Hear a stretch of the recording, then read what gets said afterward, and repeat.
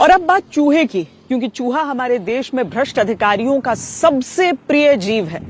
आप कहेंगे ये क्या बात हुई, तो हम इसका कारण आपको बताते हैं।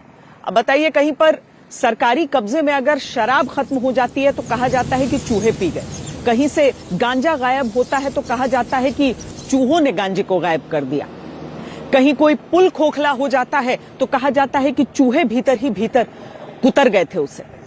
अब इसी क्रम में, इसी कड़ी में एक नई कहानी जुड़ रही है। आप भी जरा ध्यान से इसको सुनिए। छत्तीसगढ़ के कवर्धा में हद हो गई है, जहां सरकारी धान संग्रहण केंद्र के अधिकारियों ने कह दिया कि 7 करोड़ रुपए का धान ही चूहे खा गए हैं।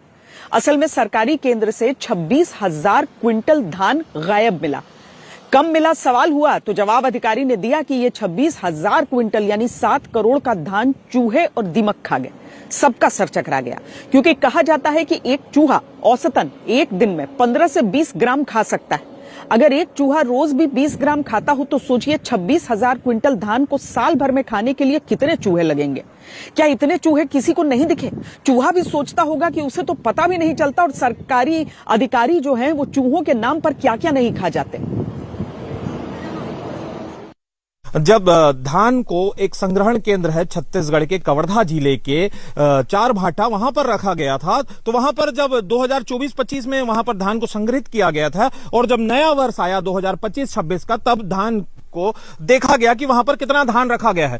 तब पाया गया कि लगभग 26,000 कुंटल धान जिले में शॉर्टेज है। और शॉर्टेज है, जब इस सवाल को जिले के अधिकारी से, जिले के विपणन अधिकारी से इस सवाल को पूछा गया कि शॉर्टेज है वो धान कहां गया, तो जिले के जो विपणन अधिकारी हैं उनका एक अजीबोगरीब बयान सामने आया है, जिसमें वो कहते हुए दिखाई दे रहे हैं कि 7 करोड़ का धान, लगभग 26,000 कुंटल धान को चूहे और दीमक खा गए। ये चूहे का जाल हम लोग इसलिए लेके आए हैं क्योंकि 2 दिन पहले आपका एक हम लोग सूचना देखे न्यूज के माध्यम से, समाचार पत्रों के माध्यम से, कि आप बड़े शान से कह रहे हैं कि जो बाजार चारभाठा धान खरीदी केंद्र है उसमें जो 22,000 कुंटल से अधिक धान कम पाया गया है वो चूहे, दीमक, कीड़े खा गए हैं। कौन सा जांच रिपोर्ट देख के बताया कि 7 करोड़ के धान चूहे खा गए? हम सिर्फ यही जानने आए हैं, और अगर जांच में, रिपोर्ट में ऐसा आया तो आप सार्वजनिक कर दीजिए, नहीं तो 22,000 क्विंटल धान जिसने भी गबन किया है उसके हमने ज्ञापन लेके आया, उस पे आप FIR कराइए। विभिन्न अनियमितता की शिकायत के आधार पर कलेक्टर महोदय द्वारा एक जांच कमेटी का गठन किया गया है।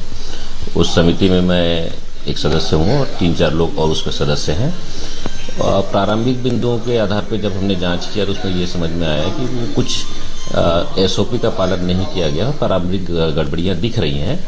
और बहरहाल जो विषय हैं, अभी जब तक जांच पूरी नहीं हो जाती ज्यादा बता पाना संभव नहीं है। अभी भी कोई कार्यवाही नहीं हुई है, जबकि एक आदेश है, स्पष्ट तौर पर एक आदेश भी जारी हुआ था कि यदि किसी भी धान संग्रहण केंद्र पर 2% से ज्यादा धान वहां पर शॉर्टेज पाया जाता है तो उनके खिलाफ तुरंत निलंबन की कार्यवाही हो और एक जांच कमेटी बनाई जाए, और जांच के बाद यदि वो जांच सही पाई जाती है, उन पर आरोप जो लगाया जाता है, तो उसके ऊपर तुरंत FIR करने की भी बात कही गई। लेकिन यहां पर जिले में ऐसा कोई भी काम नहीं किया गया है, बल्कि सिर्फ उस अधिकारी को, जो जवाबदार अधिकारी है जिनके पास धान संग्रहण को देखने की जवाबदारी थी, उन्हें सिर्फ वहां से स्थानांतरित कर दिया गया है। अब देखने वाला विषय यह होगा कि इस खबर के आने के बाद जो शासन प्रशासन के लोग हैं वो आगे क्या कार्यवाही करते हैं, और ये 7 करोड़ के धान घोटाले पर क्या नया मोड़ आता है।